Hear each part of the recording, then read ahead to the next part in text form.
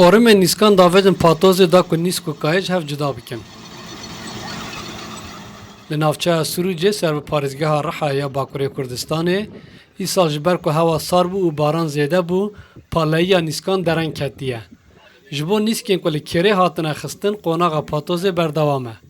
Sürücü bahatına avê çandinê gelek çêbûn niha îro jî em li Sûrûcê me dest patozan nîskar kir.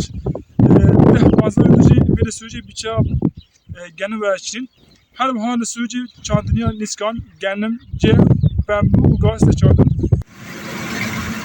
Cotkarên paleyiya nîska dikin, tevî ku dereng mane wek berhemê duyem, yekser dest bi amedekariya çandiniya pembû dikin. Lêbenê sala par divan dema de bembû ava qas dirêj dibû. Lêbenê niha bembû kîş kûl e. Ew jî bi çekê daye ji ber ku îsal hewa gelek sar e. Dema hewa sar be çandî giştxanê.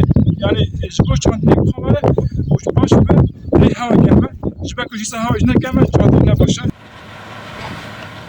Riha li ser rasta Bakurê Kurdistanê û Tirkiyê yek ji mezintirîn bajara ku 10 milyon û 729,252 dekar erdên çandiniyê lê hene.